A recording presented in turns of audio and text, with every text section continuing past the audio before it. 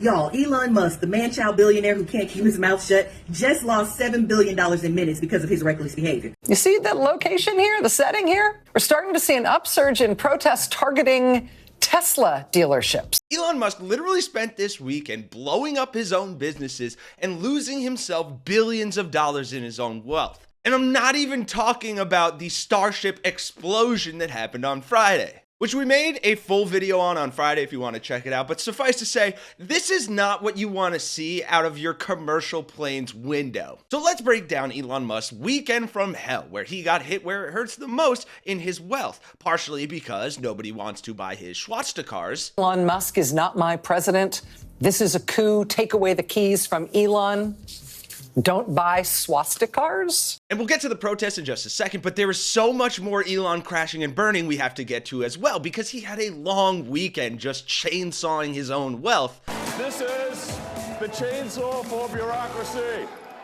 Chainsaw! With Tesla stock starting off the day today in an absolute free fall, that obviously following those massive international protests and backlash against Elon's companies. And as we watch the clips from over 100 Tesla dealerships across the US, I think you'll agree that the Democrats could use a lesson in how to protest from these people. So definitely stick around for that. But by far the most impactful breaking story we have to talk about is Musk blowing a $22 billion deal and losing himself a whopping $7 billion in the process, all for the stupidest reason. We have all of that coming up, so make sure you drop a like and subscribe, and let's get into it, starting with Musk's continued domestic and international humiliation, because as I was researching and writing this story, Twitter literally went down and crashed for a third time, which is just so emblematic of everything Musk touches crashing and burning. I just saw that Starship blew up. There it is. And just a day after that absolute show, you had famed Canadian comedian Mike Myers reprising his role as Elon Musk on SNL to humiliate Elon some more. Elon, I want to thank you for at least wearing a suit this time. Doesn't look great, right? Billionaire, but he shops at Joseph A. Bank. It's giving groomsmen. Good one, Donald. Good one. Glitch.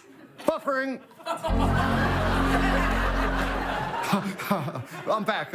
And just yesterday, all this happened at over 100 Tesla dealerships across the US. And organizers call it a Tesla takedown. 100 dealerships, just like this one across the country, targeted to send a message to the White House and Elon Musk, including this one in the Back Bay. At first glimpse, Tesla boycott rallies appear carnival-like, with bands and chants, but a closer look shows this rally is all about hitting Elon Musk in the wallet. I hope that they don't buy a Tesla. I hope that if they have a Tesla, sell it and take that resale value. I hope that they sell their Tesla stock. And boy, oh boy, did people sell their Tesla stock, as we'll get to in a second. But some of these protests got wild. Take a look. This one in Ohio, in Columbus. O-H-I-O! Elon Musk has got to go! You could see the signs in Columbus as people turned out to protest against Elon Musk and his role in the Trump administration.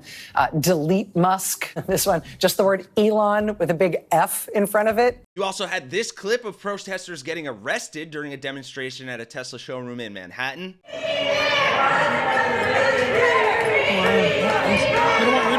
want you. Wait, but what are they doing? What is this? Whoa, what the hell?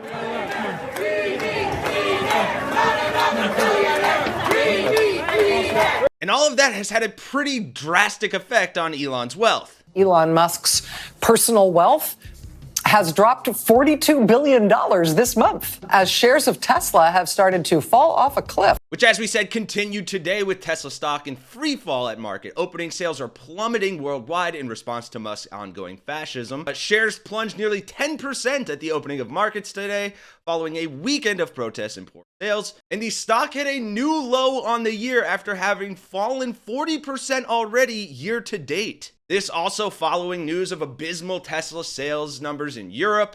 Sales fell by 76% in Germany in February.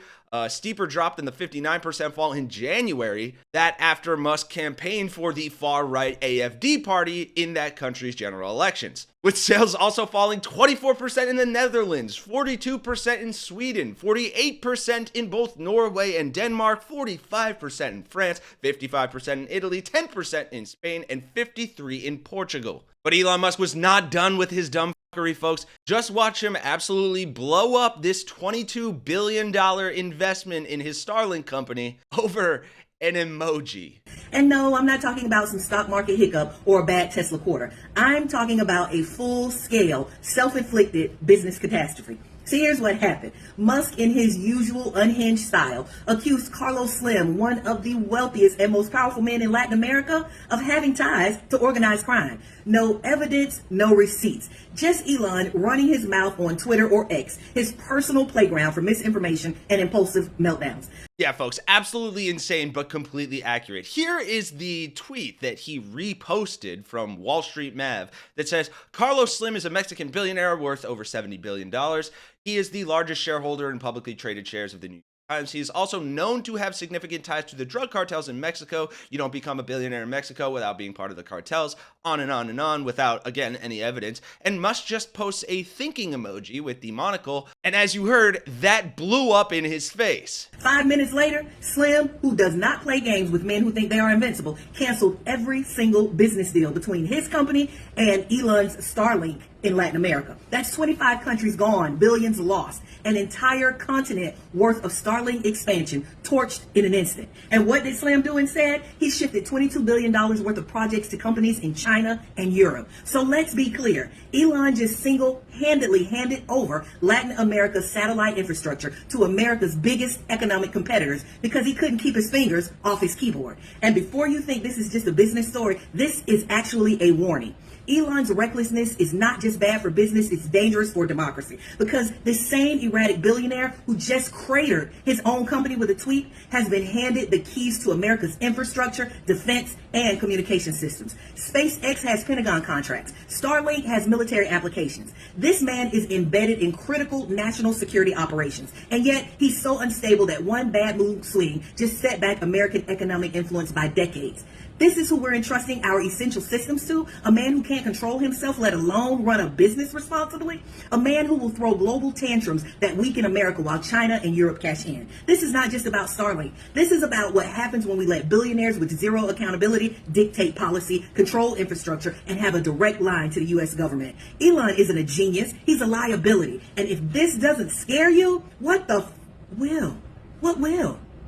So there you have it, folks. And Elon, congratulations, you played yourself. And I'll end this with a question to you guys. What do you think of all of this? To me, it feels like pure cathartic karmatic justice. And it feels like the purest form of protest against these capitalist oligarchs by continuing to protest and hit them where it hurts in the money. Personally, I commend all the people protesting selling Tesla stock, something maybe some Democrats in Congress can do. And I hope that we continue to see more activism like this against Elon, against Trump, and frankly, against any congresspeople or representatives or billionaires writ large that are hoarding their wealth. If you agree, consider dropping a like on this video and subscribe to Really American to join the right side of the class war. For Really American, folks, I am Kenny Hesse, and I'll see you all in the next one.